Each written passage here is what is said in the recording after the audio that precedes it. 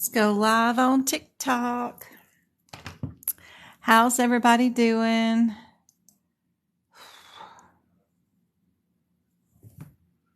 Hey guys, so sorry I'm late tonight. I've been trying to tutor everybody I can get in because everybody needs it. And I've been tutoring since 9 a.m. this morning, and I just finished up with my last one. I still had one more that I feel really awful about. I wanted to get in before she took her exam and never did. But they're testing tomorrow, but hopefully we got to hope for the best, right? It's just that time of season where it gets really busy, and I feel for all of you and want to get you all in for tutoring, and I just can't do it all, but I try. But I hope everybody's having a great Friday night. The boys are off hanging out with somebody else. So I do have some more time tomorrow if you're not testing. If anybody's got some questions, I got to try and catch up on messenger messages and emails and things like that I'm way behind on. And some room organization here because I know we've got the new books coming in soon. October 1st is going to be here so fast. So fast, so fast.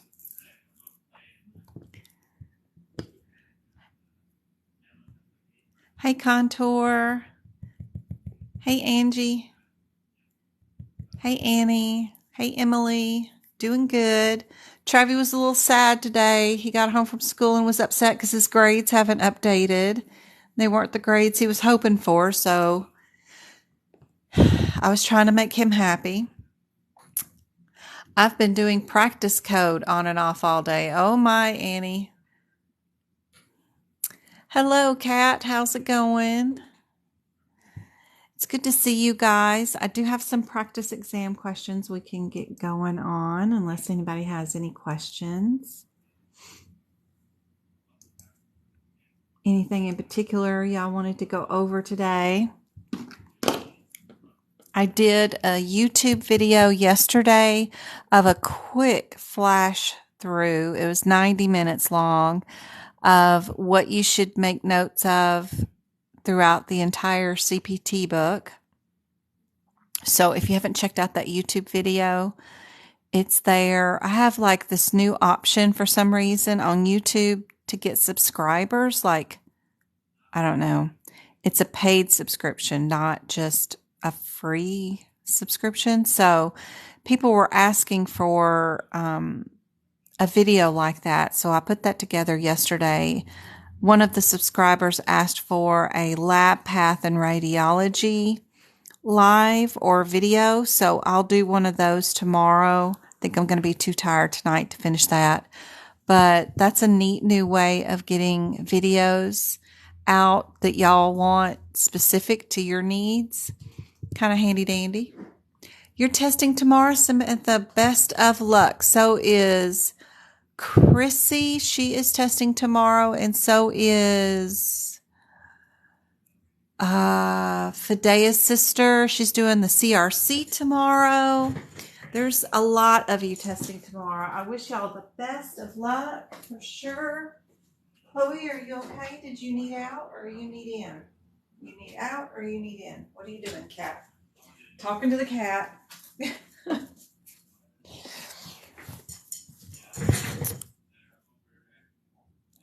Good luck, good luck. Hey, Kimberly, good to see you.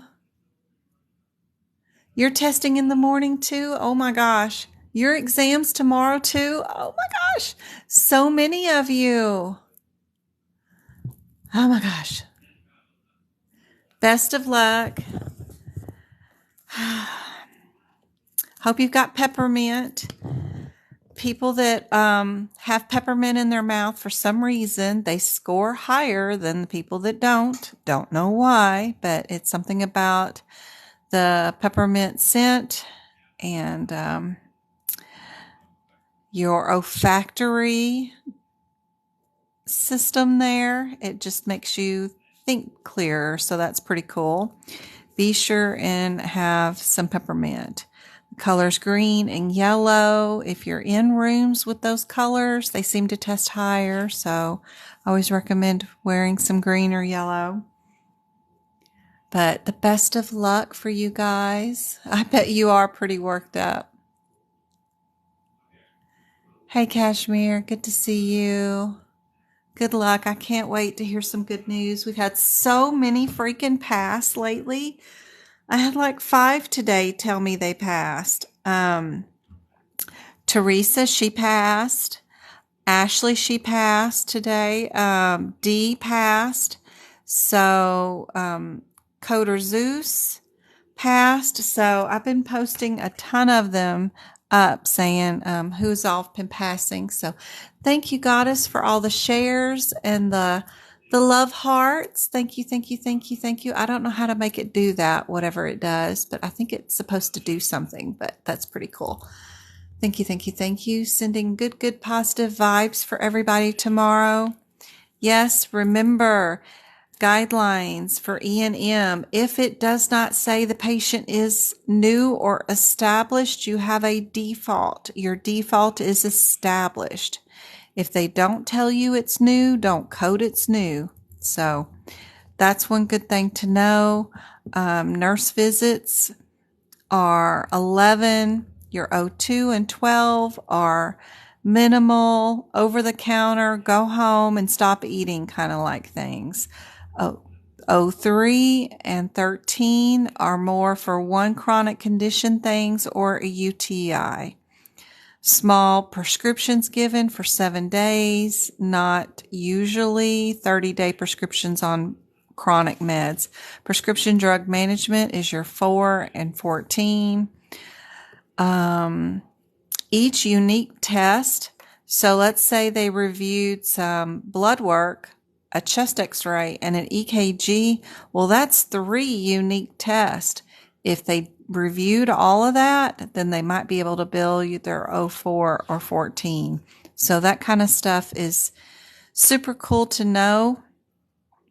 If you are coding based off components, because you're past the 99215 and you're over here in your emergency room and you have a patient that is there, and all you need to look for, if all your answers are underneath the same header under emergency room, is the words history, the word exam, and the word MDM. That's all you need to look for if you're under the same header. And they're all under emergency room. So like if your difference, answer A is 81, your answer B is 83, your answer C is 84, and your answer D is 85. Just start searching. You don't need to know who they are, what they're there for, or anything other than their history, their exam, and their MDM. If their history is problem focused, you're done. Don't look any further. You don't even need to know their exam or their MDM, because those could be sky high over here and comprehensive. It doesn't matter. If you're under the same header, if one of those components is low, you got to code low for the whole entire office visit or ER visit. So you don't even have to look any further. If one of them is the lowest number possible and it truly lines up there and it is problem focused, then you're done. Just code that one and move on to the next question. Because it doesn't matter if your exam and MDM are high and complex. Doesn't matter one bit. When you're doing critical care, be sure and look at your chart. Don't code from the CPT code descriptor, code from this chart. Do not add reviewing lab work or going over diabetes or other chronic conditions time in on critical care. Critical care is only emergency situation. So when you're adding time up, if your question has multiple times, just make sure that the time that they're listing is for critical care stuff. Be sure you know that EKGs, blood pressures, all this stuff right here is included in critical care. We do not code individually. Do not let me see you picking an answer with critical care and a lab and path code like an 8,000, 80,000 code at all. Those aren't allowed to be coded in with critical care. So don't pick an answer with an 8,000 code in it that has critical care as your number one main code, because you will get that wrong. What other things? Many people have my notes on E&M, and the most number one question I get on Etsy is, what is PF? What is SF? What is CCM?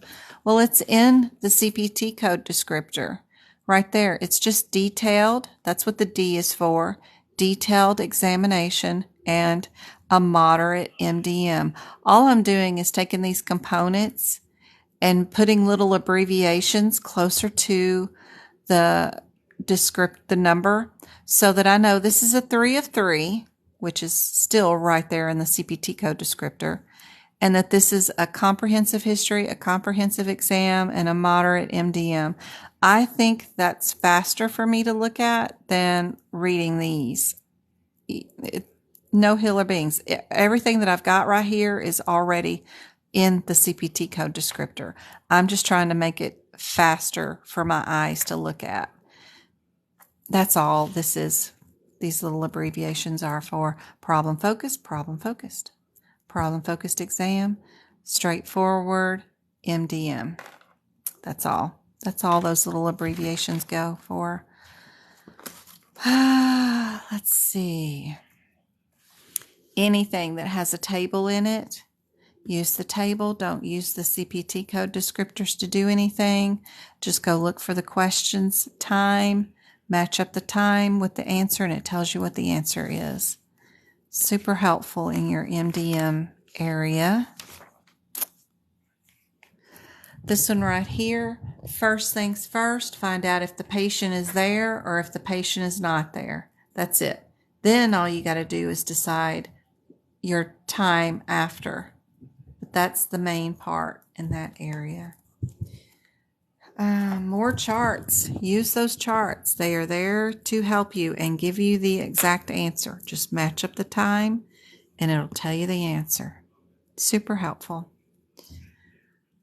I am not going to be using Optum books or AHEMA books if I'm doing the Hey Twinkle, Hey Go Kart. If I am using or taking a AAPC exam for any one of their certifications, you are at a disadvantage if you do not get their ICD-10 book and their HitPix book, because they use decision trees as questions, and those decision trees are actually written in and drawn up by AAPC, and they put them inside the ICD-10 book in certain coding areas. And if you don't have that AAPC version of the ICD-10 book for their certification exams, you miss out on having their decision trees there. Also in the HitPix book, which I just mailed somebody my 2021 book out because they didn't have it, and they've taken the exams a couple of times and keep not passing, and they don't have that AAPC version of it. I went on and mailed it to somebody. They don't know they're getting it, so somebody's got some mail in the mail coming, by the way. That HitPix version of the AAPC book has several sections in the back of it that other versions do not have in it, and questions are directly related to compliance and regulatory are from those sections that the Optum books do not have in it. So, and other versions, and they don't tell you that when you're signing up for the AAPC certification. Now, if you're taking an AHEMA test, then get the AHEMA books. Optum is not doing anybody's certification for any reason. Don't buy their books. There's no reason to. Buy the AAPC version. The CPT book is cheaper if you get it through Amazon, because Amazon will ship it to you free because it's over $35, even if you don't have an Amazon account. Always get your CPT book from Amazon because AAPC charges you $25 per book to ship it to you. That's $75 on top of the tax and the fees for the book just to ship it to you. So it's ridiculous. Just buy your CPT book from Amazon. Don't forget when you to call AAPC and ask for a discount with anything you're buying from them, whether it's practice exam questions, books, the right to take one of their certification exams. I've heard many of my mentees getting significant discounts on items they're buying from them. Those people in customer service, I guess, have discretionary leeway to provide discounts to people at random. So don't forget to call them and ask. Also, your local chapter, even if they're not within walking distance from you, my local chapter is 5 hours one way to drive to the Arizona location. They have grant money now to provide monthly grants to people to buy books for people or retesting certification cost. Apply monthly at your local chapter online. Contact them and ask about getting grants if you need new books, if you need to retake your exam again. See if you can get a hardship grant to pay for more tries, that kind of stuff. So they have enough money in their coffers to provide some help. So be sure and do that. If you have my notes and you see little red numbers beside a CPT code, that just tells you the original number that the code should be on. We're on page 65 right here. And the original out-of-code sequence should be on page 67, but technically it's on 65. You don't need to write that information, but on 67, where the out-of-code sequence numbers are, I put down, of course, where the page number where it's at. But I also sometimes myself need to know where the code should be technically, but then they had to move it, and I need to know where this red number is just because of my tutoring. I need to be able to get here because I know my students are here, and then they realize they can't find it because it's not here, and then I can usually find it because I know where they're at, but then I forget where their red codes are at. So that doesn't mean anything to you guys when y'all see that 50.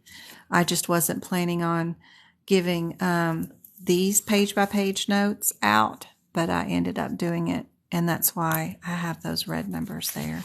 One more little question I get all the time. What is this for? It's just my own chicken scratch. It don't mean nothing to you guys. Let's see. One more thing in medicine. Ooh, I bet I don't know the code number though. Right here. This 96360 code, which is on page 823, if y'all are in the 2022 CPT book, remember that the CPT code descriptor is written wrong.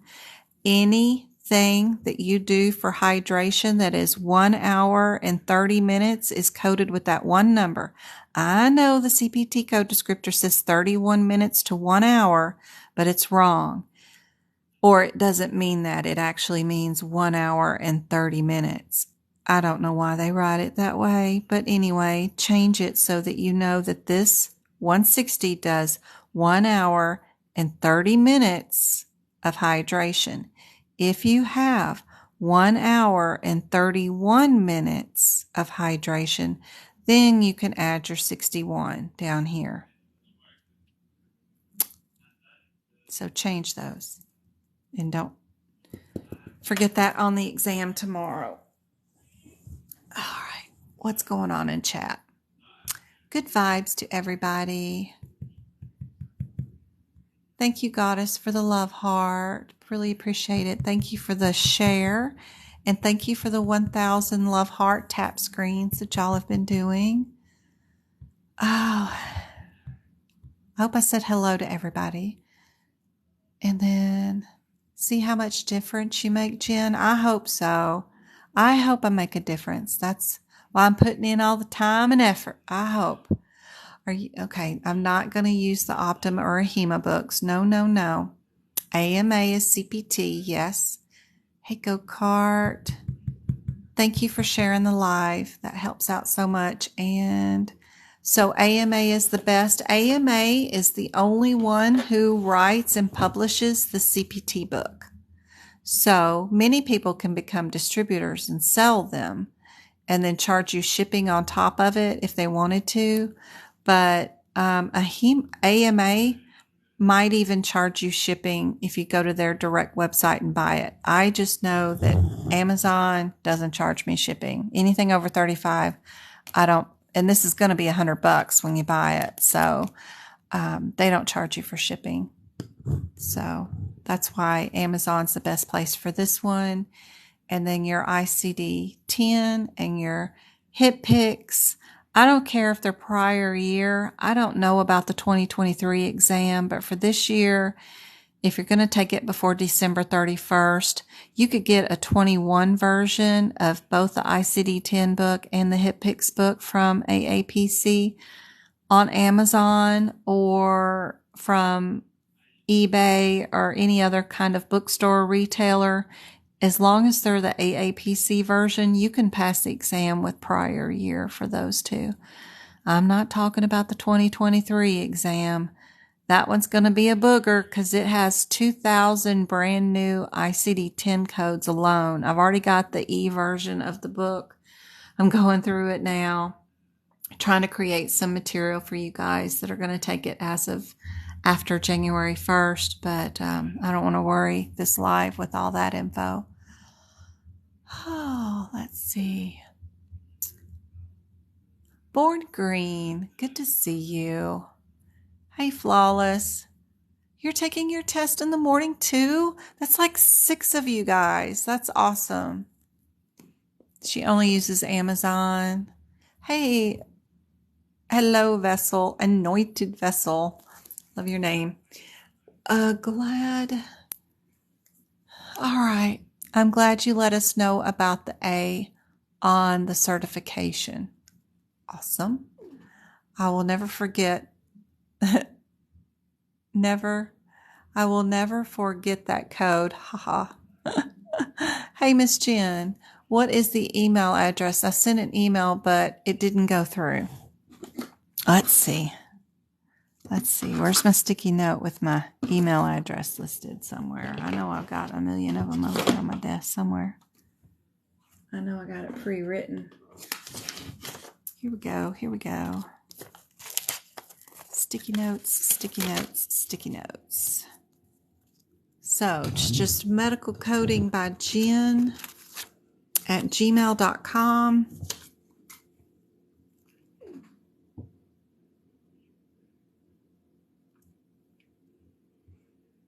How do you code mammogram screening? You're in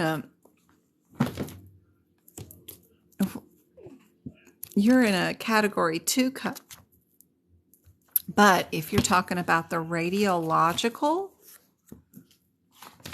code for screening mammogram, you're going to be in radiology somewhere in here.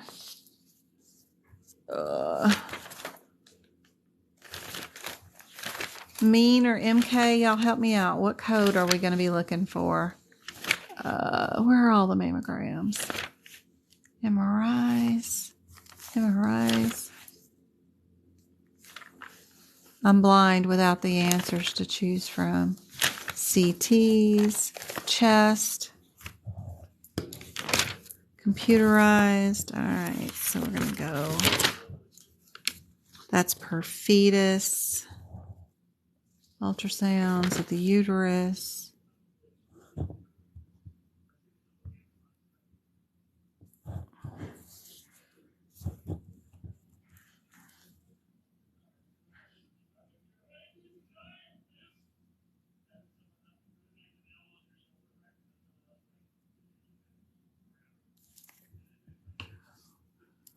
this, I bet we're going to be 7. Oh, the 67. All right.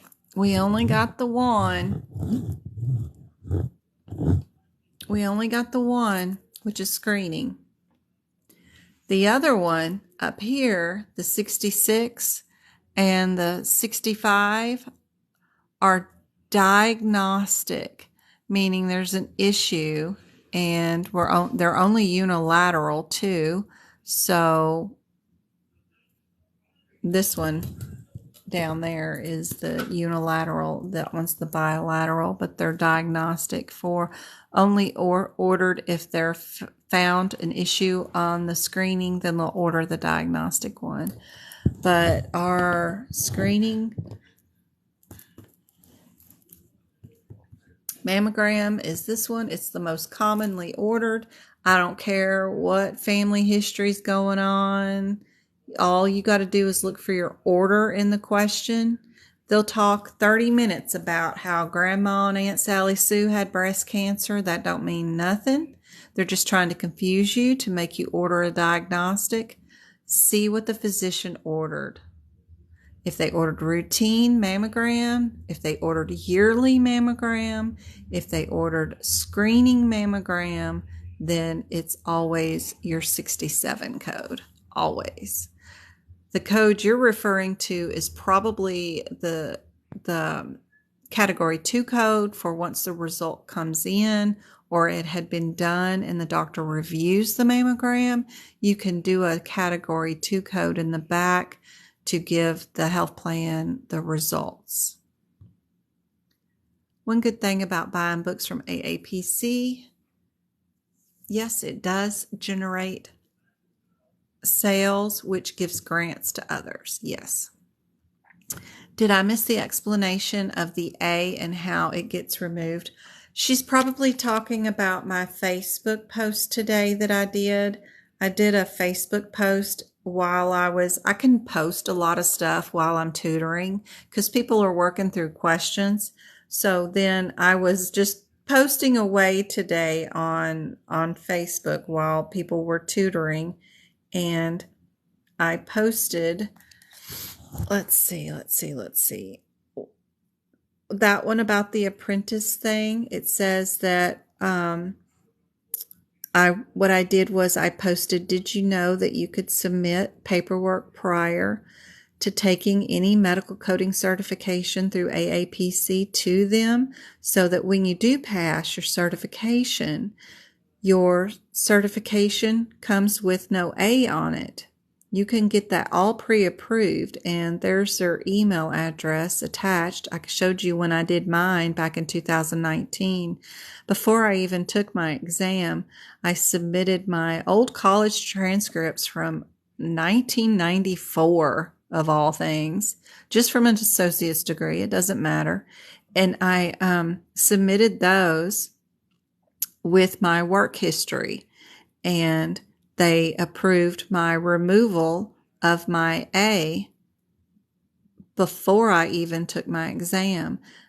That way, when I knew I was going to pass, I will get my CPC without the apprenticeship on it. So never wanted that. So I just posted it on YouTube today. So that's all. It was just me multitasking during tutoring today. Oh.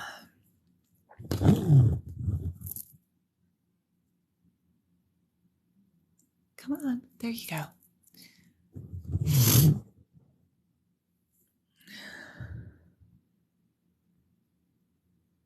You're welcome. You're welcome.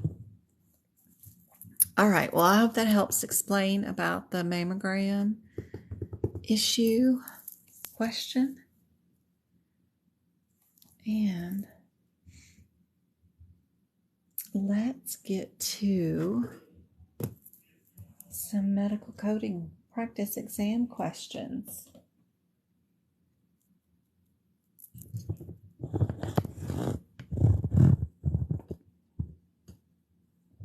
So y'all let me know if y'all can't see that, but there's just the answers to a practice question. Please, practice ignoring the question. That's the hardest part. When sometimes I'm doing tutoring, I'll show the whole question, the answers, and the questions, and people revert right back to just going straight to the question. Get in a habit to never read the question. Stay away from it. So I like our 58 and 56. They're the closest together. So I'd run to 622, 56. If I can get there. Slow as Christmas. 622, 56. And our 58. First, I'm going to check my header, which is a CSF shunt ventricular. Am I in that situation? I am doing a shunt. I'm ventriculoperitoneal shunt. Is that what I'm under? I'm not sure that's what I'm under. I'm ventricular peritoneal. Yes, in the 223s I am. Yes, I am. In the 223s, but not in the 5/6s. So I like the 2-3. That one is. And then my 30. What is my 30? So we're doing a replacement. A replacement. My first code word descriptor in my 2-3 is a creation of a shunt, but my first word in my 30 is an exchange or replacement. So yes, I like my 30. What do you guys think? I know my 58 and 56 were closer numerically, but they're both under removals. They're not a replacement, and they didn't say anything about being in the ventricular peritoneal area, but I saw that picture right above it that told me my ventricular peritoneal was under my 62223. That's why I went over there to that one. When I saw the other answers were the 2-3 and the 30, that's why I went over there, was because of those words. You always want to make sure anything in cardiology or in the nervous system, if you are introducing something into the body, are you atrial or ventricular? Because that's half your battle, just staying underneath that one all the time. Always make sure you're under the right header. Yes, Trisha, it could be for any degree. Yes, Trisha. Absolutely. My degree is in science. Doesn't matter.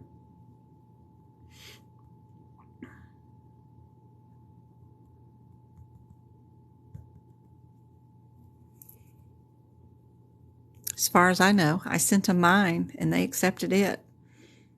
I don't work for them, so it's hard to speak for them, but yes, I would go for it. Send them. You don't need like a sealed transcript or anything. I just downloaded a PDF version of my transcripts from that online website, whatever that was, and just attached it with a work history note from a coworker saying they've seen me use the ICD-10 book, the HitPix book, and the CPT book in my daily duties during my job performances for however many years. That's all you need is a sentence like that. Just mentioning all 3 books and you're good to go. I knew somebody was going to ask me.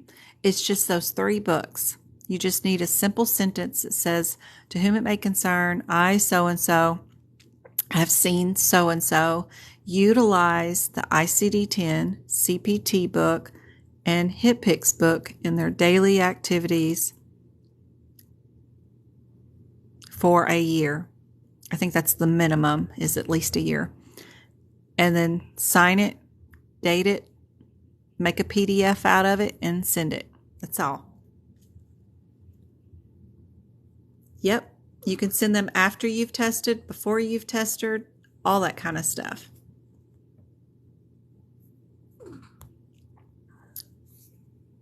My college transcripts were in science, literal science degree. Yep. I sent them that and a statement saying that they've seen me use those codes. That's it. All right. Our Appendix L, in case anybody doesn't know how to use it, in case you don't know how to use it. Let's go back there to our Appendix L. If I could find it tonight. Oh my gosh, I'm tired. Y'all have worn me out today. Just tutoring has, but that's okay. The boys are gone. I get to sleep in the morning. It'll be all gravy. Sorta. I got tutoring starting up at 9 a.m. again in the morning. All right. I hope I'm not buffering. Hey, Red, how's it going? All right. For this question, all I'm going to look for is the vessel that they're looking for. So I know that they're looking for a right middle cerebral artery. So number one, I know right away I'm going to stay in these red pages because the blue pages are for the ventricular. I'm looking for artery. So they looked for right middle cerebral. So we know we're probably in the brain somewhere. You could go straight over here to the brain and try to find it, but I like keeping it in these little categories. So I'll just look for cerebral, right cerebral, and all this third and beyond. Check the last two categories and just do a word search for right cerebral until you find it, is what you have to do. And we find it right here. So then we can match it with its tracking, how they would enter in the body and then flow through to get to here. And we track it by these little boxes. You can tell this box right here has everything, all these little main veins or arteries go to the internal carotid because the external carotid has its own little box that it's attached to. So anything in this box attaches to the internal carotid, which then in turn goes to the common carotid and then goes to the innoment right there. So when we looked at our answers, we had two that started out with the I word. 3 of them do. So you can get rid of the C because it's not like the other ones. We know we need this. We know we need that. We know we need that because we followed it all the way back to the I. Our next thing we need is the right common. So we should be able to find our right common. This one said right subclavian, so nope, we get rid of you. This one said right common. Then the next thing it says is right internal carotid, not external, but internal. So then we just need to know internal. This one says external. Nope, we wanted internal. And they forgot or didn't even write in the word right, but that's okay as long as we pick the word internal because that's the most important thing. And that's how we do it. It's just a word search, keeping your boxes correct and looking for those one little differences. They don't even spell out internal. Now, they do have a legend here or a key that lets you know that INT means internal and EXT means external, but my yellow highlighter made the words kind of disappear on the paper when I highlighted them. So, I don't know. I have to come up with something better next year. But that's our main little difference. The other one that I've seen a practice question on was this one where we had to go find, they asked us which one was in the gastric area or ended up being the gastropepi, whatever thing is. And it's just this one. It's a common hepatic, which is part of the celiac, which goes along these trail. The other thing I like to use, if I'm going to use one of these red or blue pages for this, is sometimes I like to go to these because it's got the body parts underneath it. So like I know this is the legs. These are the femoral legs, you know, and then these are kidneys and livers and lung, and there's the heart. So sometimes if I'm thinking about gastric, I know we're going to be here somewhere. So that's how we found the celiac one. I think I had to look at the artery one though. The artery one has the celiac one. Yeah, see, it starts out, oh, come on.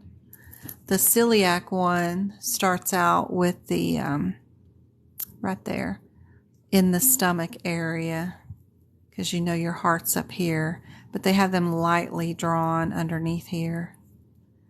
But anyway,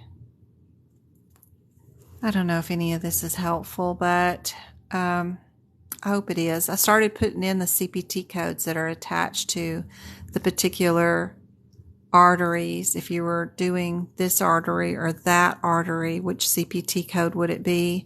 I'm hoping to finish that for this year so that for 2023 people will have that will go directly. If your abdominal aorta is your starting point, that's your CPT code. I think that could be cool, but it might be too hard to explain for a lot of reasons. But anyway, if you have one of these questions for Appendix L, it will only be one question out of 100. They're not going to bombard you with a ton of these Appendix L questions. Just do a word search. Figure out if you're arterial or venous first, and then do the word search and find whatever they're looking at or end up at, and then walk yourself backwards. I hope that's helpful. Or just guess and move on to your next one because you don't want to spend a lot of time there. Oh, Lord, I hate these questions. I cannot code allergy injections to save my soul. I don't know why. They're always a bother to me. All right, so allergy injections are a pain. Let's just go to the codes. 951. Y'all do these better than I do. I don't see any differences in these stupid things. 951. I used to give them all the time, but they brought in their own allergy concoctions from some specialists they went to, and I would just keep their injections refrigerated and give them out weekly or whatever based off whatever instructions were there. And I didn't have to do the billing for that, so great. All right, 95117. All right, so let's see if we're doing food allergies. I do have food allergies listed as in my notes as to which one to code, but what do you guys think?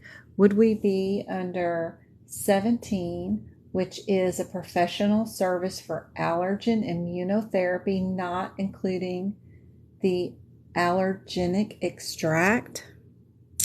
Or would we be 25, which is an allergen with the institution of the prescribing physician, including the provision for the allergen extract? Or would we be down here in the 44s and 45s, which are the mixing of allergen immunotherapy or the preparation of antigens for allergens? Stinging. This one says stinging, and foods don't sting, so we can get rid of that one at least. The other ones, I don't know if they're stinging, right?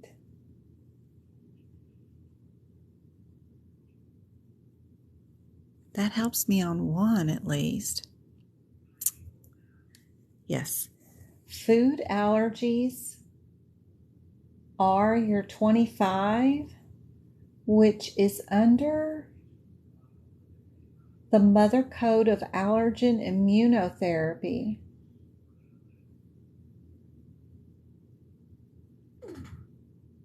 For a single injection or 2 or more injections. There's no insect venom in those, so it's just those 2, because if you get to 30 and 31, which are under the same parent code, you start getting allergens and venoms and stuff. So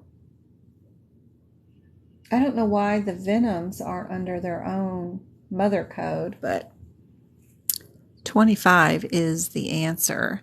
I do have the rationale here for those wanting to know more about it than I do, because I know absolutely nothing about it. It's immune therapy when it's food allergies. I get that for an allergen. 44 is for preparing and supplying the vials. Insects are for 46. I got that one. And 17 is incorrect because the patient would have brought the extract for us. That's probably what I used to do all the time and give. This is for preparation and supplies in a vial. 44. We could put those notes underneath 44 that this is for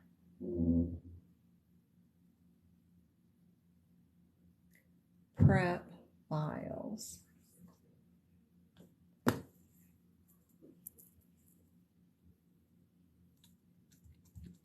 I hate those. All right, immunizations. Who's up for immunizations tonight? First thing first, we have E and M in the front of the book. Are we doing a 91 or are we doing an 81 E and M visit? That would be your first one. Let's go check out our patients, see if they're new or established. We do see the word returns. So are we keeping our 91s or our 81s?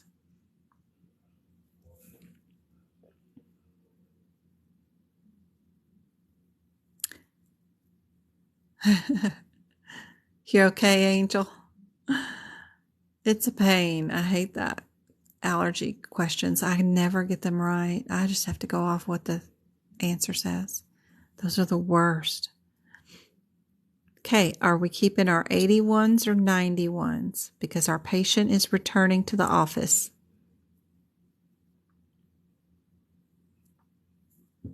Anybody know? I got 33 of you in here.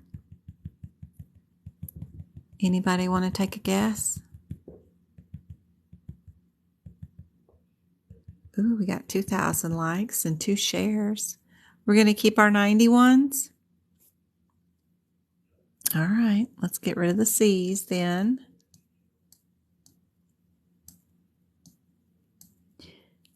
Next thing we have to worry about is our injections. Would we do a ×2 on our injections, or this technically would equal, this equals 1, this one equals 2, that would equal 3 components, or would our vaccines include 4 plus 3 equals 7 components? Because we're doing the 60s, that means our patient had counseling, which it says right there counsels her on the vaccines. So then our 60s are coded based off on how many components there are in the vaccines. So how many components are in rotavirus? If you don't know, you need to know. How many components are in DTaP? How many components are in HIP? And how many components are in polio? DTaP has 3 components in it by itself. That one. Hepatitis B has 1 component. Polio has 1 component.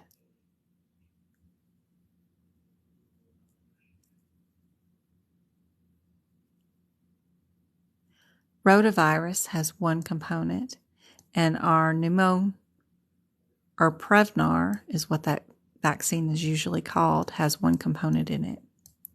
So if we add those together, we get our 4 plus our 3, which means our 7 components. So we need to have one that has 7 components in it. If you're going to be coding during the CPC exam, the 60s, you know you've gotten it down to whether you're doing, we got this one down to a 50-50 because we knew right away we could get rid of an 81 because our patient was not new. Just always pick high for the components because the vaccines you have to give credit for every single vaccine that the doctor counseled on, and he would have counseled or she would have counseled on the risk factors of getting the tetanus, the diphtheria, the Prevnar, the hepatitis B, the polio, each individual component of those vaccines. Doc would have said something about each one of them, the risk for getting the vaccines and the risk of not getting the vaccines. So they get to do this. They get to bill for all the little components. Just bill high. Now, it's the opposite when there is no counseling and you do bill your 70 and 71 and 72. You just bill however many vaccines there were. So this shot right here would have been 1 CPT code. This would have been 1 CPT code, and that would have been 1 CPT code. That would have been just 3 shots. Then you would have done it the 71 times 2. And the 72 times 2, just 3 shots, however many shots you were on the reverse if your question was like that. But ours isn't. All right. Let's go down here to our lab and path. See what's going on in our 81000. 81000.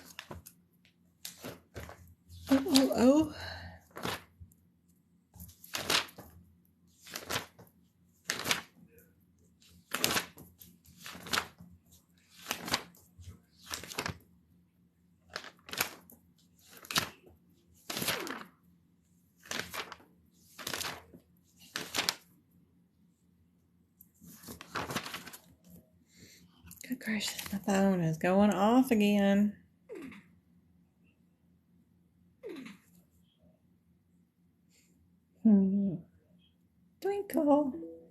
Twinkle texted me. What else? Oh, some of my stuff was delivered. Okay, cool.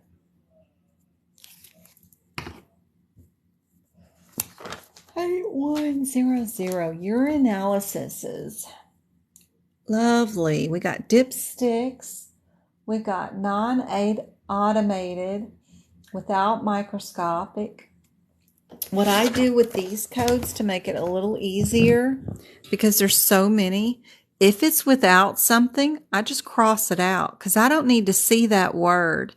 That way, you know, if it's with and without, then I leave it alone. But if it's without something, I mark it out because just put one line through it. That's a medical way of documenting, is putting one line through something. But the one with, I put a plus symbol up in front of it. That way I know that's my only one with microscopy. So anyway, helps me to keep straight on all those because it gets crazy with all those withouts. So what do you guys think? What did the physician order?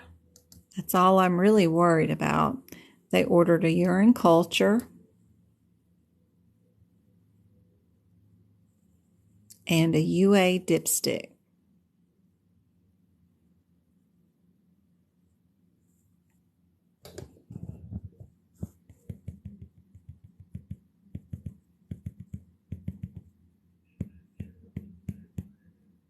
Tiffany says A.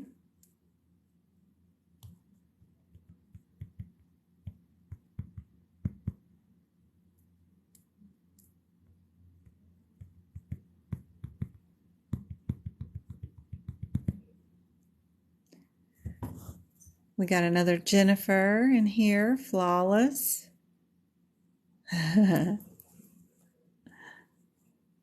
Flawless is the only one correct. The answer is B. Good job. B is correct. So if we look at our O2 code, it is non-automated without microscopy. It is the most common one used. Our OO is a dipstick, but it's non-automated and it uses microscopy. So they didn't say anything in here about using a microscope and looking at anything. And that's what the OO includes. It includes microscopes, so you can't use that one. And then so does the O1. It uses microscopes, so you can't use that one. And I don't even know where the 87, whatever, that's just really far away. So it would be an outlier.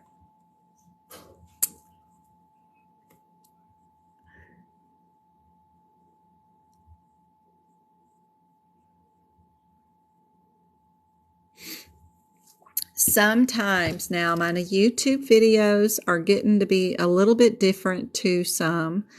All the repeat lives do go on YouTube, so you can rewatch them whenever you get ready to. But also I have several categories of them. The old workshops that are older than 6 months, those are 3 hours of just back-to-back questions. Those are up there too. Also, I have 42 videos of just CPC exam advice. They're shorter videos, 1 minute long, 2 minute long, 6 minutes long, just shorter videos that will go over a certain question or a genre that we need to discuss, like all these recent ones, the 11-minute one for E&M, all these E&M basics are in a category together. The other thing that I have now are live videos. Where do I find those? Go to videos, and if you can find them, the live videos, that's where I did the 50 minutes yesterday, where a member requested me to go through the entire CPT book and show them what to mark up in their book. I did that one too, and that's on one of the lives. Other live videos are where I do book prep, ICD-10. I got medicine book prep there. I got lab and path book prep where you can work with me, and I'll show you code by code of how I prep those codes. That's all there. Oh, my cats are circling. They're trying to come get me. But there's a lot on YouTube, so not just the repeat lives. There are quite a bit areas where y'all can search and look for certain things too. So I hope that's helpful. Yes, you can view the entire live on YouTube. Absolutely.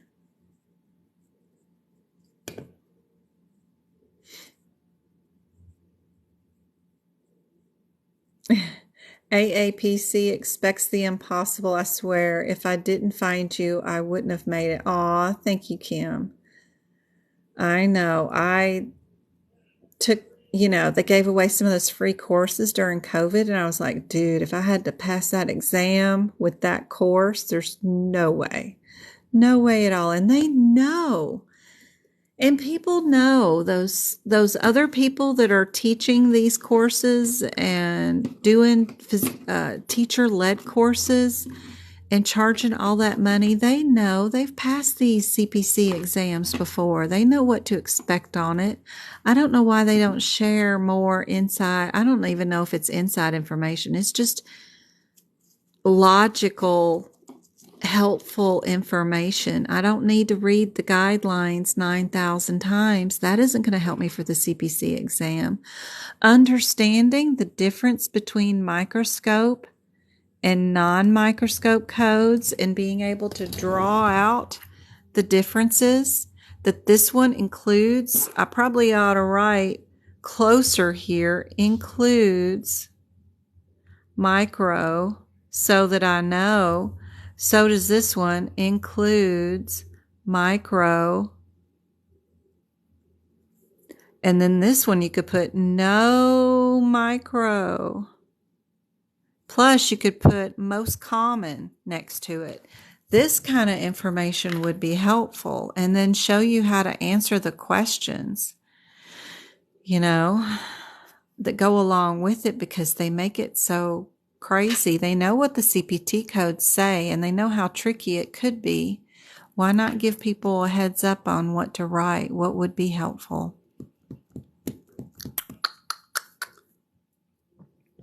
Yeah, they just want you retaking and telling you that you just need to take another class. You just need to take another $150 boot camp or something. No. Watch Jen's lives for free. And if you want to do a workshop, do it with me for $10. I'll do $5 per hour, and the last hour's for free. And then if the workshops get old, I end up posting those up on YouTube anyway too, so they're all there as they get older. Yeah, it's just too much. It's just too much money. $10 for 20 people, that's enough money to get somebody to stand there for 3 hours and talk. I mean, that's ridiculous. You don't need any more money than that. There's no reason for any of that extra stuff that they charge. And then they don't give you information that's helpful. It's, yeah. I agree. Get me on my high horse talking here. All right. I'm going to let y'all look at this question, and I'll be right back. I've got a cat I got to feed, or I didn't stop tutoring to feed them at 5 o'clock like normal, and they're staring at me like crazy. So I'll be right back. Come on, Sammy. You want some num-nums?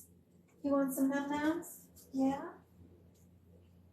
You want some num-nums?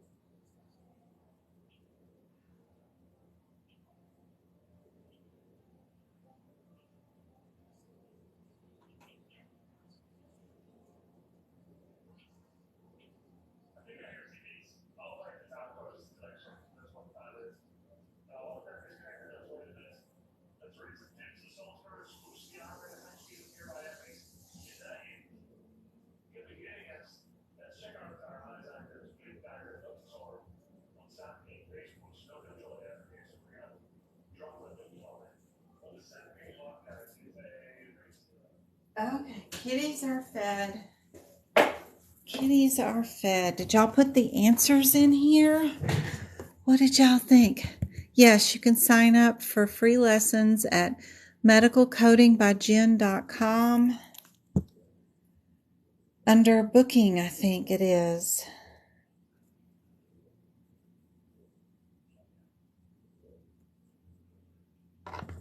So my website is Medical Coding by Jen. Tutoring is there. When I do workshops, they're just $10 each. It won't be till closer to the end of October before I get a chance to do another workshop. But tutoring is there.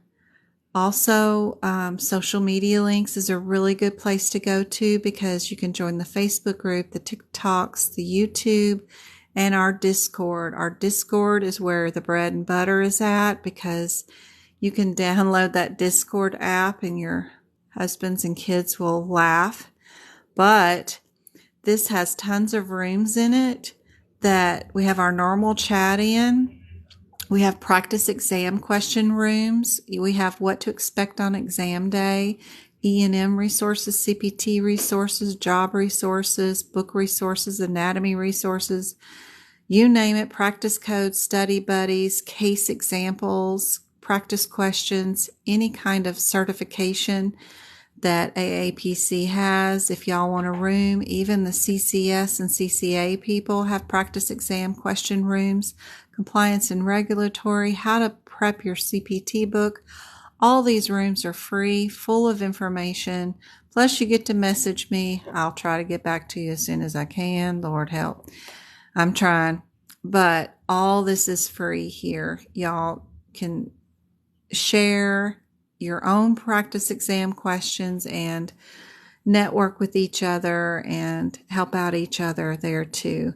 That's all can be found on my website. Plus I have under members, if you do join the website, which is free, CPT book prep room, where you can click on a picture. It'll tell you what I'm doing and why I'm doing it and show you how to make notes in your books just like what I do so that you can do it all by yourself and you don't have to buy my notes. This goes through the CPT book, HCPCS, and ICD-10 book, plus there's some guideline, one-page resources there for some guidelines too. So it's all free. Happy to help out you guys as much as I can. There is a shop here if you are out of time and you just need notes and you need to copy them down. You can get them there. The ICD-10, HCPCS, and CPT notes are there. If you need them, you can book online tutoring. And I do have some book prep videos here too and a blog. Digestive system is there if you wanted to watch those videos.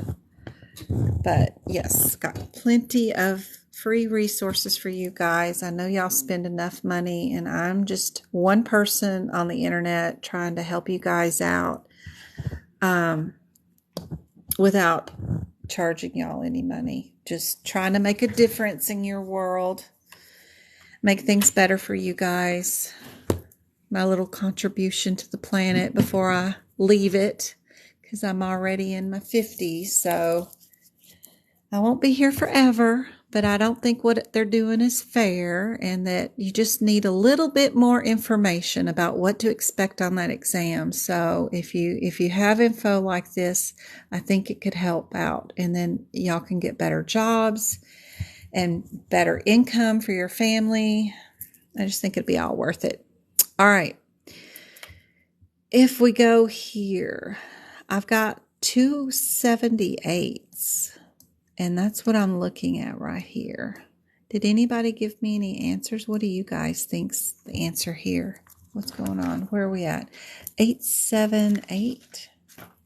878. That is the full question and the full answers. I hope you can see it. Do I need to back out some? Maybe? I'm not sure. Hey, from Louisiana. Where's everybody else from? You want to say B is the answer. I want to read the question so bad. Looking up the codes. I know. Don't do it. Look up the codes first. Happy to help, happy to help, happy to help. Ohio. I'm in Arizona. All right, 878. Where am I at? 878. It won't do you no good but confuse you and throw you off. 87802 is antigen. Our 87899. Where the heck are you?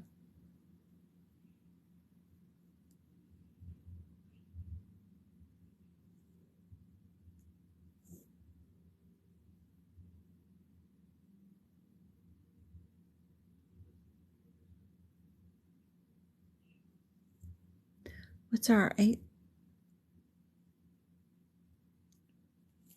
You said A, Jen. A. Everybody's saying A.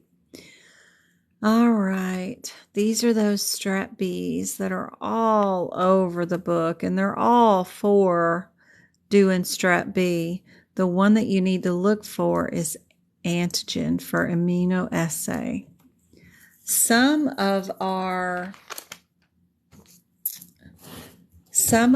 tests, and it's not the strep B we should be looking for, because there's going to be several strep Bs, but it's how they do the test. Some of them are done with the nucleic acid technique.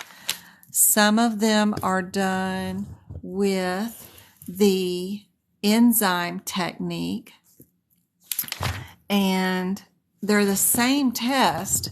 It's just a different way of testing it, and knowing where those headers start and stop is super helpful. Some of them are multi-step tests. Some of them are single-step tests. Just knowing where those things start and stop off at is super helpful, for sure. Our answer does happen to be our A, which is our 82. Because look right here, we've got enzyme testing that starts and goes this way, but then nucleic acid testing starts with the last code and goes this way. But some of the test names start over again, and they're the same test, but it's just a different way of testing it. So knowing that is half the battle. Our answer is A, and it is because it is our immunoassay for our group strep B, and it is a direct swab that we used to collect the sample. Sometimes it's just because we have blood, or just because we have a vaginal swab, or whatever. We just need to know, what are we testing? What have we got? This one has the same code in the first. Same code again for two of them here. And then it goes back to the 50. Good Lord, what have we got going on here? 825. 825. I see a modifier. We see a couple of them, and a lot of times those can help you out. What is our modifier for our lab and pathology? Does anybody know what our modifier? Would it be a 76? Would it be a 91? Or would we just times things if we needed to multiply them?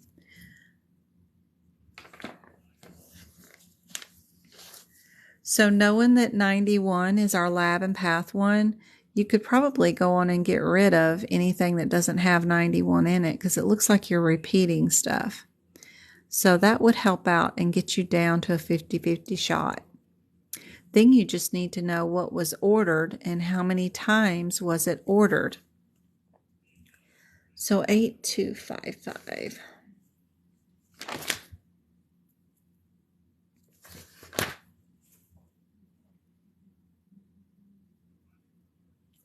$82550 is CK.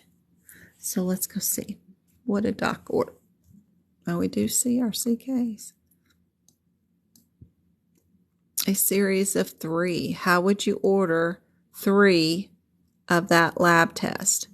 It would be our 50, If we're ordering 3 of them, would we write the code down once or would we write the code down twice? This equals it done once. This equals, with the modifier letting us know that we're repeating it, times 2 more times. That's 2 more times. That equals 3. The B wouldn't equal 3 for our CKs. So just going through the very first thing that I saw, we know that C is our answer. You're always going to have a pattern where you're going to do your first blood work and then you're going to do it again with the 91 modifier and times however many times you did it. If we did it 4 times, it would say 3. If we did it 5 times, it would say 4. However, you just got to write it down twice. We would not just times the code times however many times we did it. That's just not how you code it. We have to code it once. Then we code it a second time with an additional modifier to let the lab or the insurance policy know that we are repeating it and however many times we're repeating it. So that's a good one to write down beside those codes. They ended up ordering in this question, which is kind of hard to see. He ordered a series of 3 CPKs, enzyme levels, with the instructions to test also one more test if the initial test was elevated. And it ended up being elevated, obviously. So they did this one test 3 times. Then the ISO, they did it also 3 times. So 2 tests done 3 times. But their wording is awful. But technically, all you needed to do was to make sure your very first thing they ordered was done 3 times. And the only answer with that is actually C. You didn't need to worry about your second code. There's no reason. That's the only answer that could be for the first part of the question. The rest of them would not be that answer, so you don't need to linger and verify every answer and the answer is correct. Just move on. You're not going to have time. Finished my course feeling like I got robbed. Oh no. And you made me understand in only 30 seconds. Amazing. Oh, that's awesome. I couldn't learn anything from that course either. There's no way. No way. I'm glad I'm helping. Here's their rationale. Even their rationale with their practice questions leave a lot to be desired. I have to work it out in my own head how it's supposed to be because they're just so mechanical with their rationale, and then there's no way to visualize it. If you can't rationalize it out and see it in your head how you would do it, then there's no way you could code it. I don't think anyway.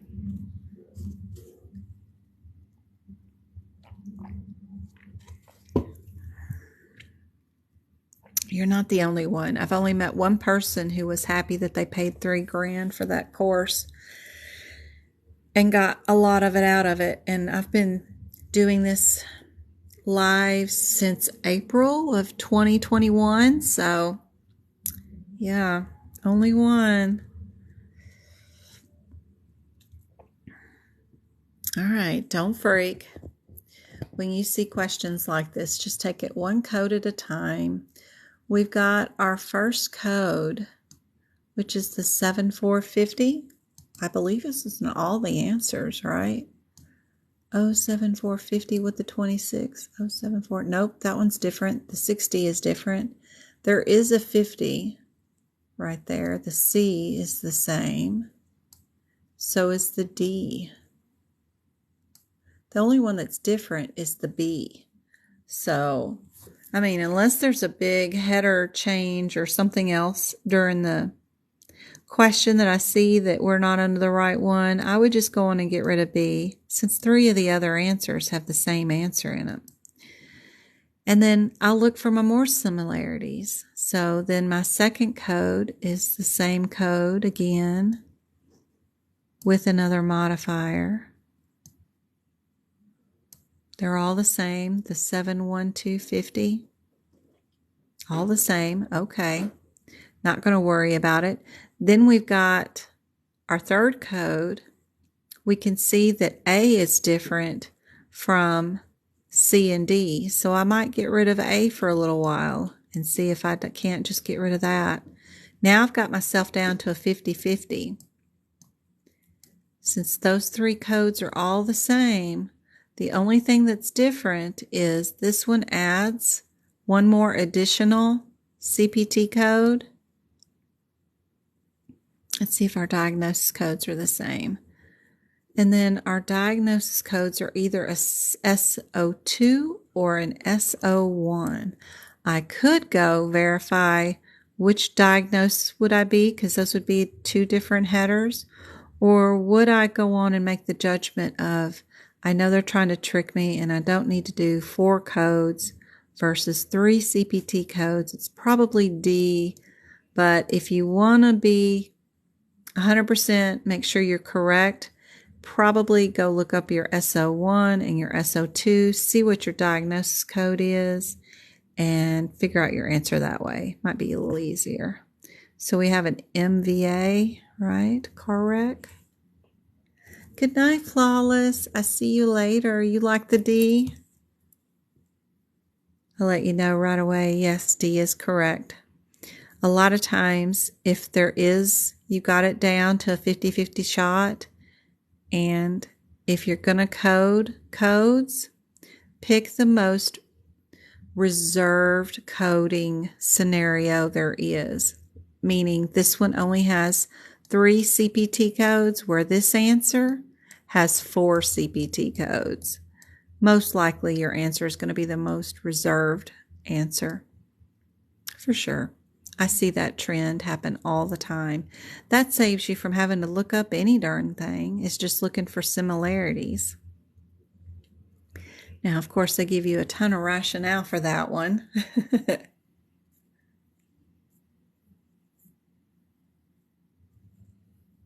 What is our differences between our SO1 and our SO2? Oh, Lord. Look up that book. Let's look. I'm curious.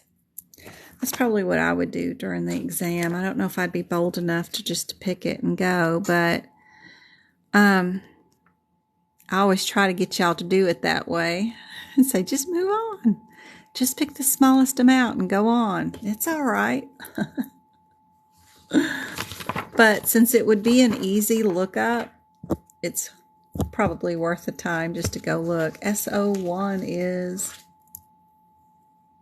your main header, which is an open wound of the head, so then the other one must be closed. What's our head? What's our head? The other one was SO2. SO2 is a fracture of the skull or facial bones. And SO1 was open wound of the head.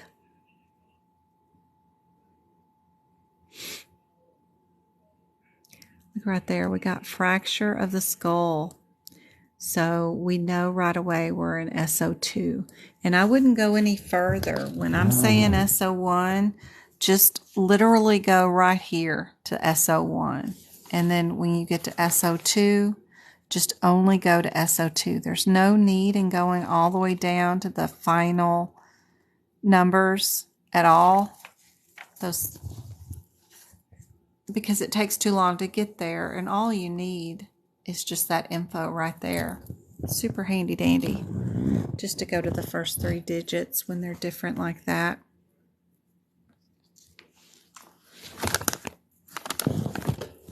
So hey Chloe, did you eat? Did you eat?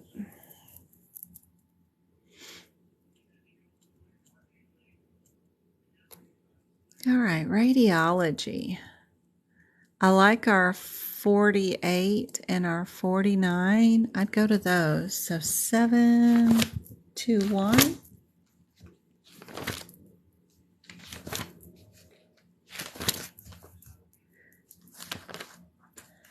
721. 721. 48.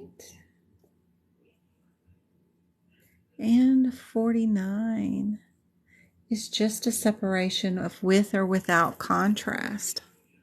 That's all there is. And it's without, so we can't do our 49. What do you guys think the answer is?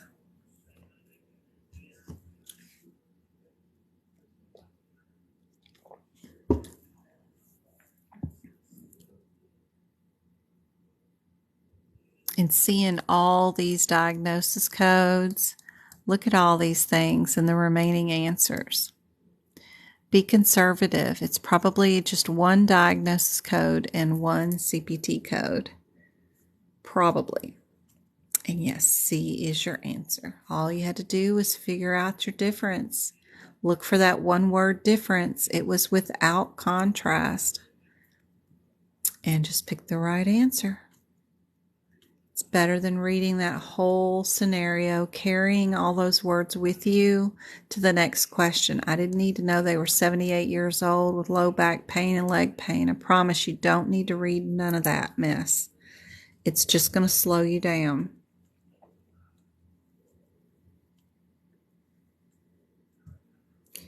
All right. So just looking at these, I see that we have two answers that are the same. I'm going to hyperfixate on those two answers that are the same because there's a reason for it. They just want to know, should we code that code with it or not? More than likely, not, and we're going to pick the conservative route, and D is going to be our answer, even without looking at any codes. All right, or any question. You could probably just pick D and move on with your life. 66983. Let's go look it up in case you wanted to learn something about it. It's blurry. Oh, it's way blurry. Come on.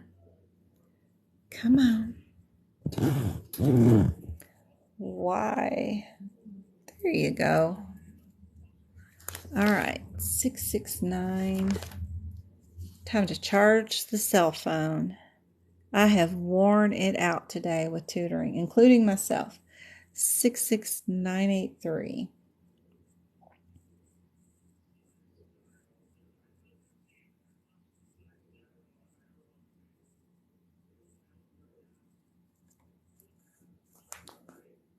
Oh Lord, these intra, extra are crazy.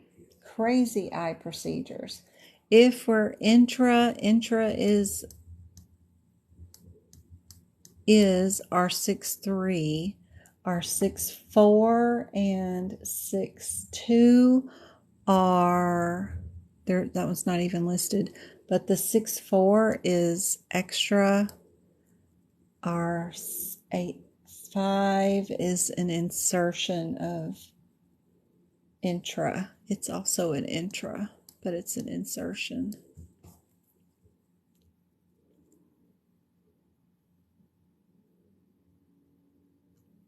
We're intra, so anything with extra is going to go away for sure.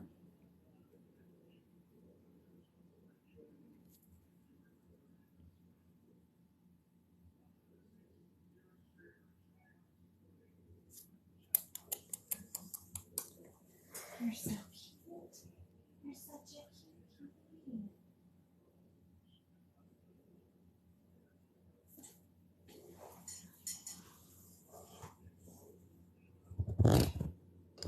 Let's see. How's that?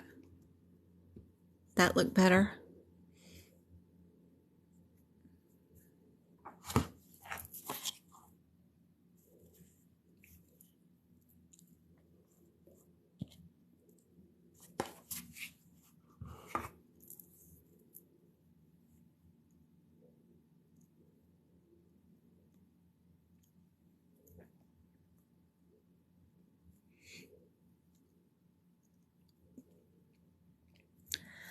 hyperfixate on the fact that they have the answer written down twice. They just want to know, do you know if you can add that code or not? That's all that is going on here. Would we do an 85 with an 83 without a modifier? Because they're all underneath the same header. The 83 already includes the insertion of a lens, and 85 is an insertion of the lens. We know where R intra, and there's always a reason why they have two of the same answers, and they're only asking if you would code those together. If you try to do more than that, you're going to confuse yourself with these CPT code descriptors because they're super long. Your answer is D. You would just code it by itself. You can add some notes underneath 83 that add in words like crystallines,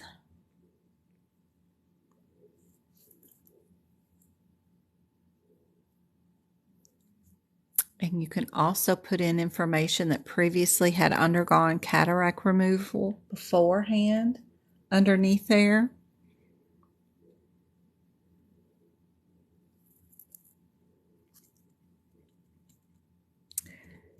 And that's it. That's all the questions I had prepped for tonight. It was such a crazy, crazy night.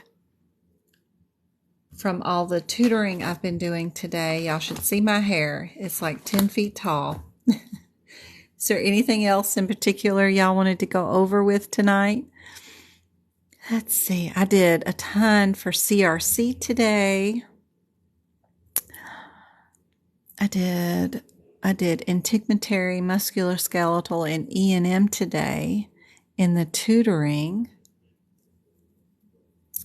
Let's see. Let's do a couple of E&M. I'm sure there's something here that I haven't done tonight that we could go over. Let's see. Which below are not included with subsequent intensive care codes? Good night, Tiff. I see you later. Sorry I started this one up so late tonight.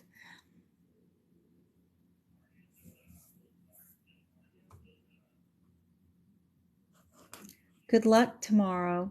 All those that are taking it, hopefully they're all off dreaming and in bed right now. Hopefully they can sleep. Usually you can't sleep, but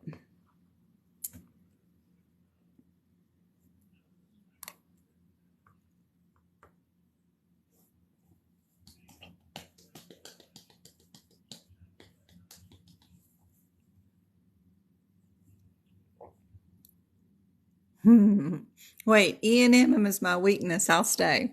All right. Which one is not included in subsequent intensive care? What do they not include?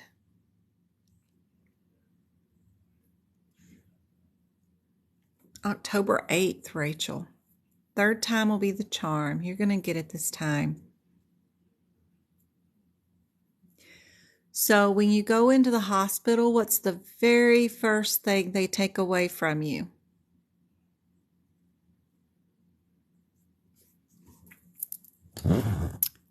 You can't eat or drink anything, right? So your nutritional adjustments are definitely included in intensive care. They're not going to let you eat or drink anything. They'll give you these ice chips if you're lucky.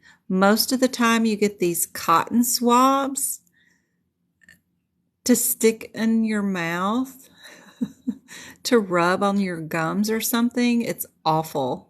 Yeah, they're going to take away all your food. Oh God, 68. You missed it by 2 questions maybe. Oh, that is painful. You're going to get it this time. Yes, D is the answer. None of the answers are correct.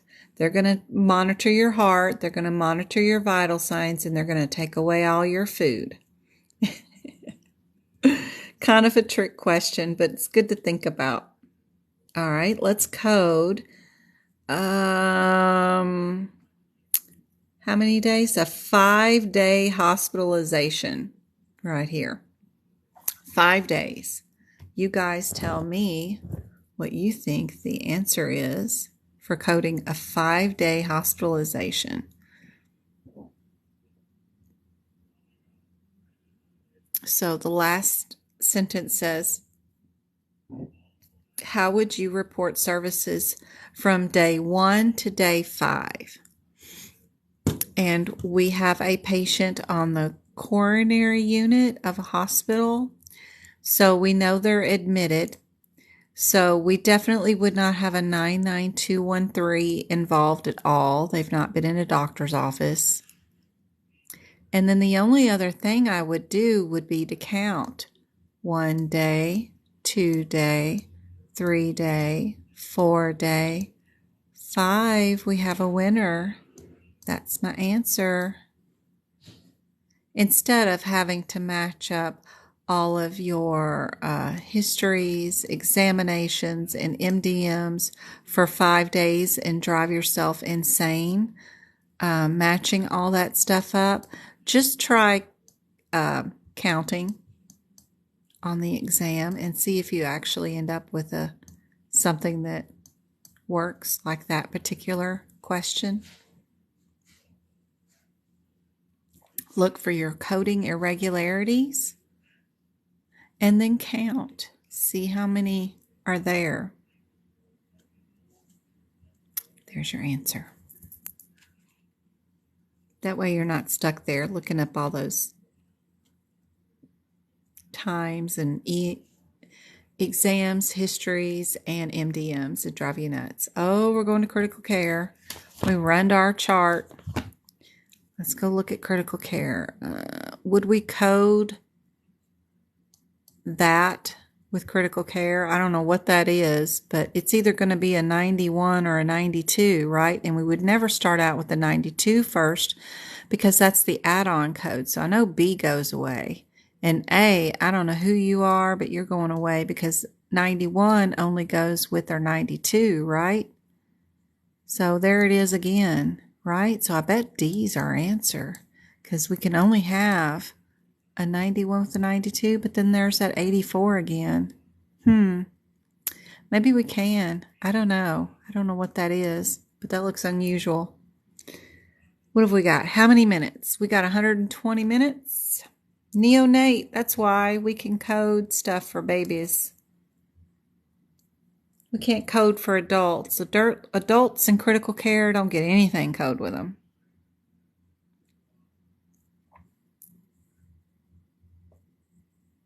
D is our answer. Good job.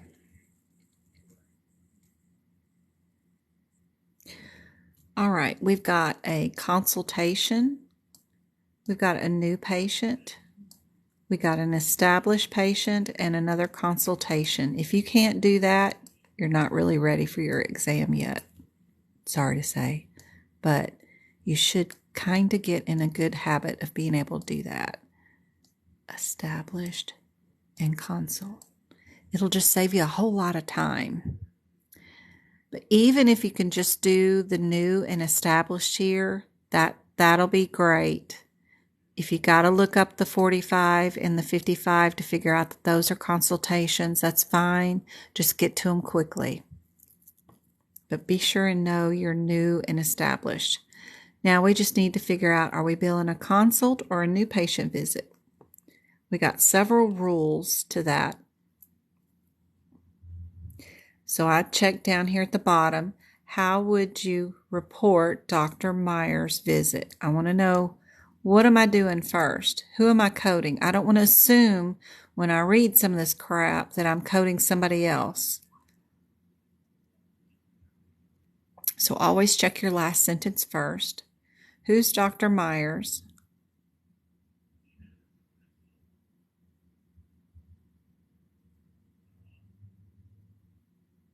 Who went to go see Dr. Myers and who said to go see Dr. Myers?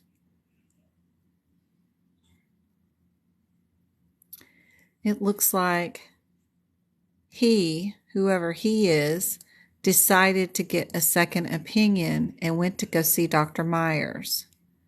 Well, if he is the patient, Mr. Johnson, then he gives Dr. Myers a new patient visit, because if it wasn't his primary care physician's idea that the doctor came up with all by itself and then sent the patient to that physician for an opinion, then all the specialist can have is a new patient visit.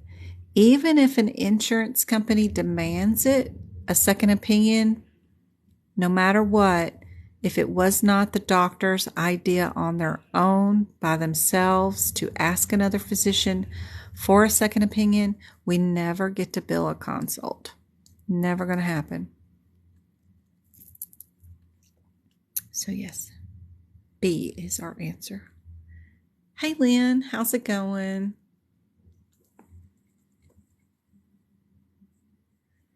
All right, we got a bunch of 485s, 486, 487, and 489. Let's go run to those codes first, see what the differences are. Don't be looking at the question. Try and decide it out of thin air. You got to get to the codes first, and you got to figure out what the code differences are before you look at the question. And you're only going to look at the question to pick out and look for those particular differences.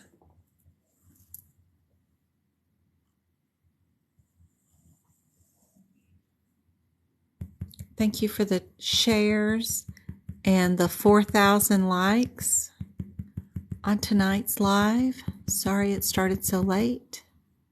For sure, I was tutoring away.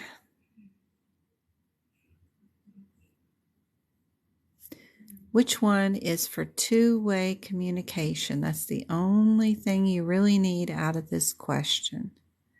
Two-way communication.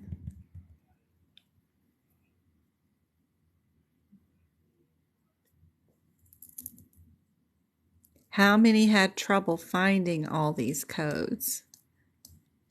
Did you find all of the codes? I have people that struggle during tutoring to even find all 4 of them.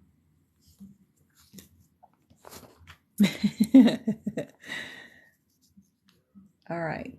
So what page number is 485 on? 485 is on page 58. 486 is also on the same page. 487, what page number is that one on?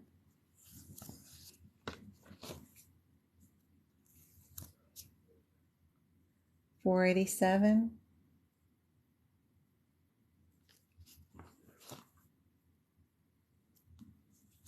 Page 66. You got to keep turning, keep turning. Yep. They're all so different, even though they should be in numerical sequence somewhere. 489 is on page 67. So that may help out some of you.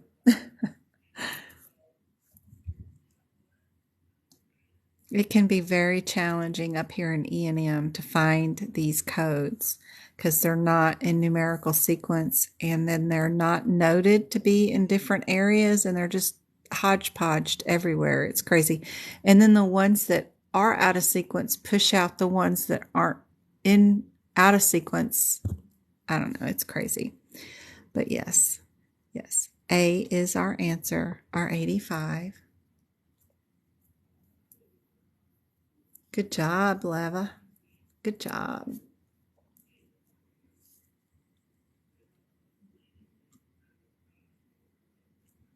All right, we got a wellness, right? Looks like another wellness with a regular office visit. We've got a new patient and another wellness. The differences between these wellnesses are new or established, so that can make a difference. If we do a regular office visit with a wellness exam, do we code it this way in B? Or is that a coding irregularity? Is that the proper format? Do we put the modifier on the first code?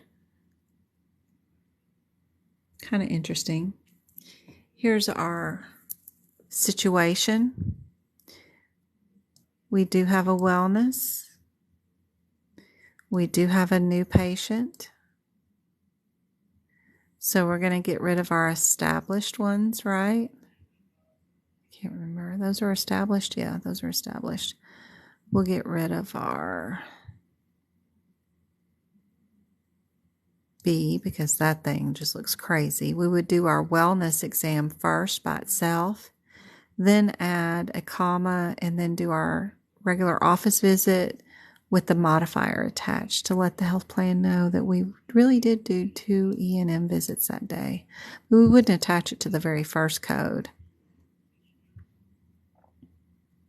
Again, with D is our answer. They've been just lighting up D tonight. Yep. And those are a pain in the butt to find too. I hate those codes. All right, we've got consults, I believe, and then a new patient. We got some modifiers here. What would we bill for this one?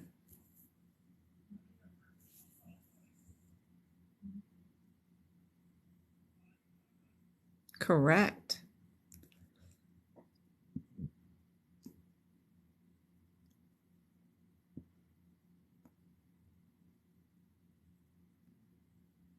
Established visit with a new patient visit. That's true too. Good job.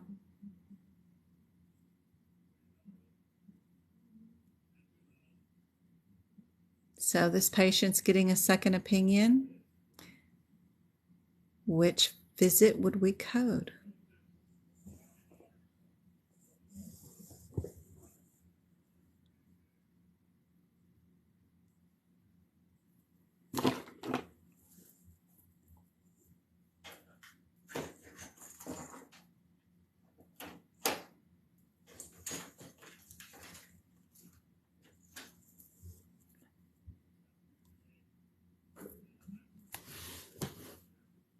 Tiffany and Mean are correct. We are going to do that new patient visit because we don't care what the insurance company says.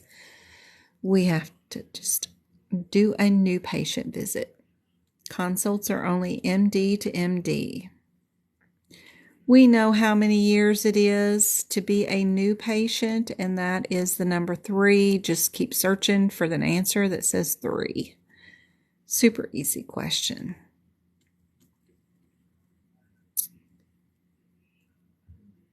What is missing from this note?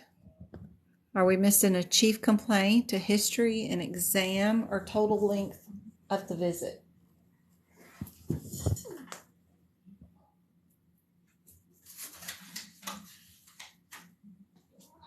Yeah.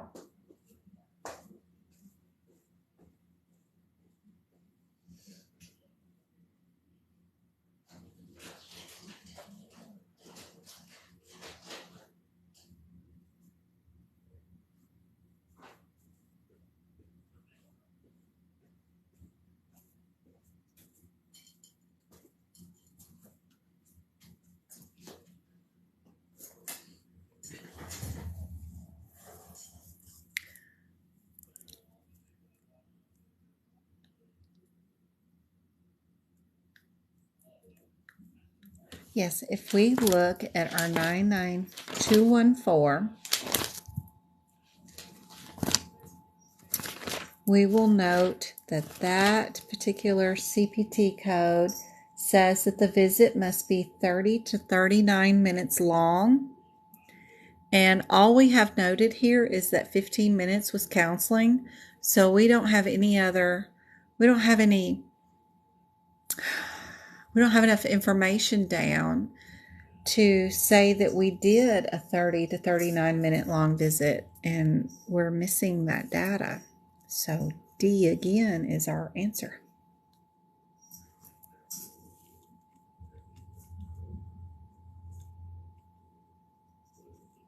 We're okay on that one right here.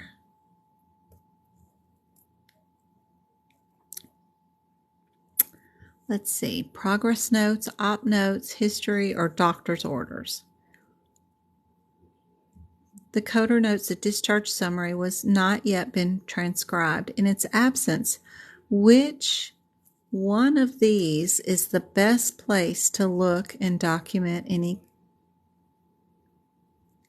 complications that have developed during the episode of care?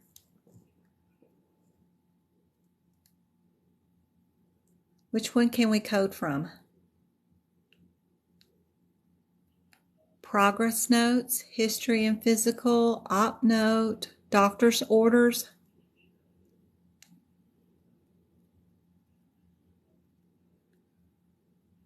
That's awesome, love, always. You can submit that to AAPC prior to taking any of their certifications to get your apprenticeship taken off.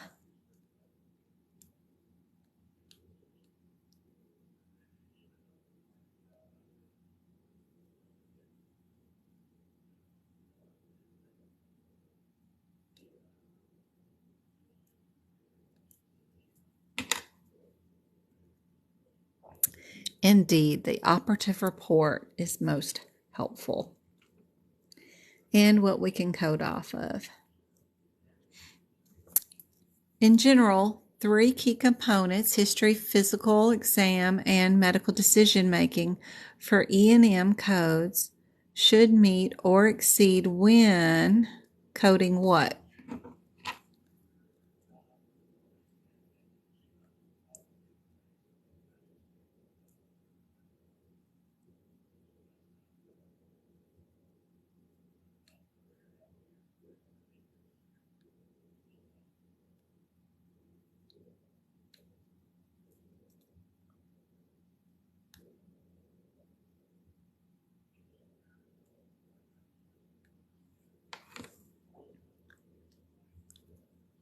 We got a new visit? Yep, a new visit, because we need all 3 components. We only need 2 components for a follow-up. We only need 2 components for subsequent, and we only need 2 components for established. So our answer is always new for our 3 components. Thank you, Twinkle. All right. We've got inpatient hospital, so that's admit hospital, I think, kind of code. That looks like a consult. That looks like a consult, and that's admit hospital. Y'all need to get as good as me at doing that, but it takes some time. Knowing that the 2 2s are your initial hospitals and that your 5 5s are your consult is how I tag them together in my little old head. Are we doing consults, or was this patient admitted?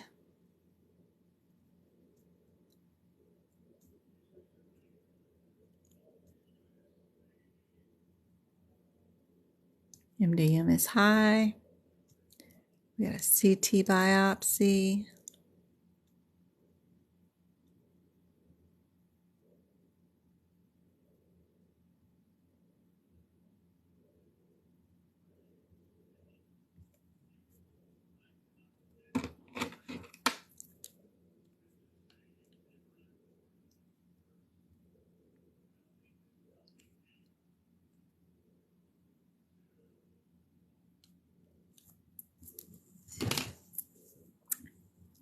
If you are going to give away a consultation, which is a B or a C,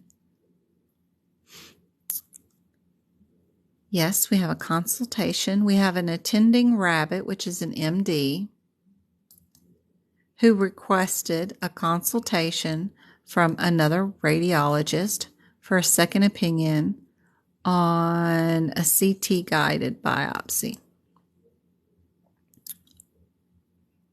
So, does that radiologist get a consult code?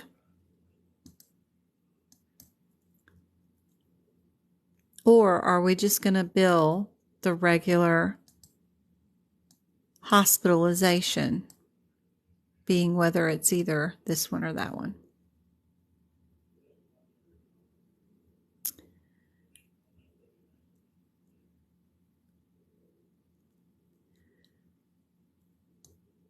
So, do radiologists make decisions on patients' health care and outcomes? Do they do an MDM?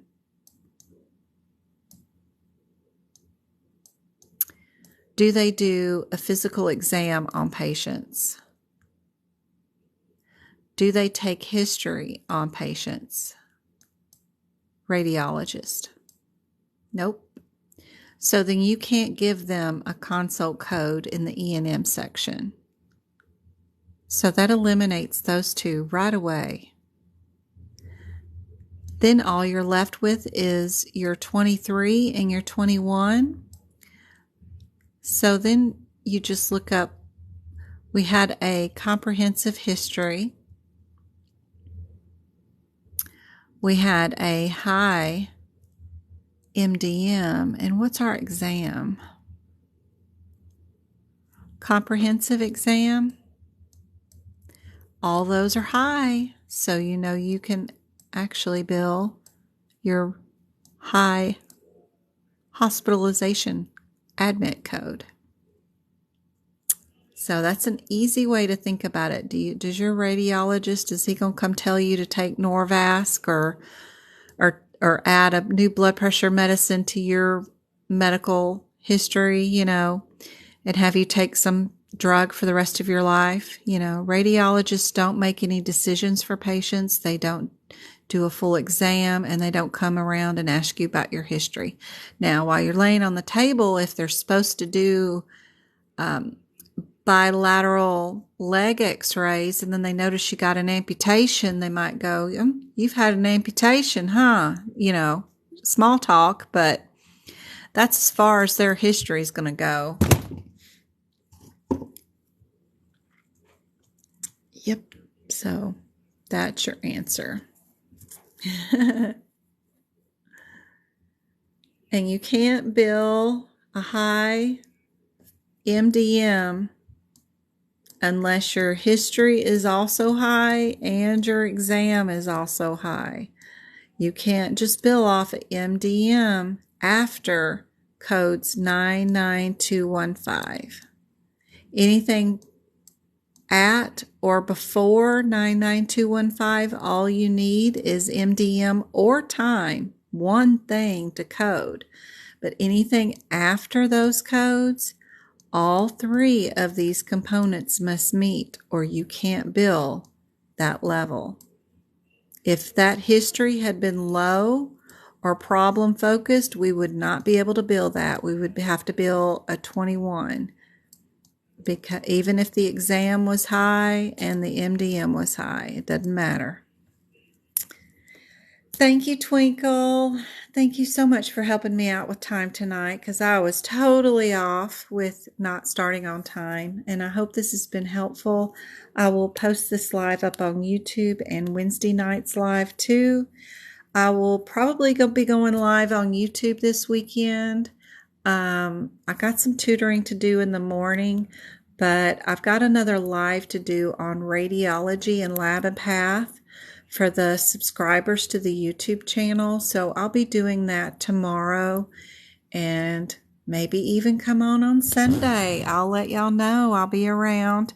I'll be in our Discord if you need me. I got a lot of emails to catch up on, and messenger messages and Discord messages. So I'll be working on those too. and doing some home organizing and getting ready for our new CPT books that are going to be coming out too. I do offer tutoring. All that can be found at my website, medicalcodingbyjen.com. And you can find our Discord link, our Facebook group. Our Discord is where it's at. That group has practice exam questions. In practice exam rooms, it tells you how to book prep your CPT books, your HIPP books. If you're going to be an auditor or do coding for COC, I've got practice exam rooms for there too. Just tons of rooms in our Discord. It's all free and you can just lurk in there. You don't have to participate in anything, but it's super helpful. No tracking, no sales involved, just all of us sharing information. Discord is super helpful. My website is super helpful to get you to all of my websites and links. Also, I have a CPT book prep page that you click on each picture. It'll tell you what to do and how to prep your book for the CPC exam from the exam point of view, not from a coder point of view, but from your CPC or medical coding certification exam. Super helpful. I have some video prep there where I go page by page and code by code on how to code the digestive system book prep. And if you ever want to book online tutoring, that's there too. And my workshops, when I do them, that's there under booking. They're just $10 when we do those. I probably won't be doing another workshop until the endish of October. But tutoring is there too. So it's an hour-and-a-half long tutoring, and we go over your lowest subjects when you're ready to take the CPC exam. I also have a shop here if you want copies of all my notes, page by page of the book, and you don't have time to prep it and do it all yourself. Those are for sale there too, but I really prefer to show you how to do it and let you do it and make your own notes too. But totally up to y'all. Whatever you need, I've got it. And thank you so much. I'm so helpful. That's wonderful. I hope to see you guys later. I will be back for another YouTube live, 2 hours, free education, due Monday, Wednesday, and Friday here on TikTok, 6:30 Arizona time zone, usually. But I make up for it if I miss or get slowed down by something or some other reason. But anyway, if y'all need me, I'll be around, just trying to catch up on everything that is going on. We've got a blog there too. If anybody has any blog submissions, if anybody wants to write any blogs about a favorite CPT code or a coding scenario that you like and think you can explain it and type it out, y'all can submit those to me too. And I can get them published. There's the email address, medicalcodingbyjen@gmail.com. You can also email me with raffle in the subject line, and I can add you into a raffle for free notes when we do drawings, because all these TikTok little hearts and little roses add up. I think we got $8 in there right now, and when we get 30 books, I'll give away free notes again and do a drawing for free notes. I was looking for the person that won the last one. It was Tinder something. Somebody with the email address Tinder won free notes somewhere. I'm trying to find her sticker, but I still haven't heard from her. Oh, there it is. It's right here. So if you are Tinder 575, email me again and let me know what notes you want, but probably you want the 2023 notes, which I'll save this and I'll give you your pick of the litter when I get those finished. All right, guys. I hope this is helpful. Thank you so much for the lovely little hearts. Thank you so much. I really appreciate it. Anointed. It's good to see you back again, and I will see y'all at least for sure on Monday night. We'll do this again, but thank you for the 6,000 likes tonight. That's super nice, guys. And I follow everybody back. If you're one of the top 10 viewers, it lets me know at the end of these things. I do follow back, and I can't wait to see y'all's TikToks too.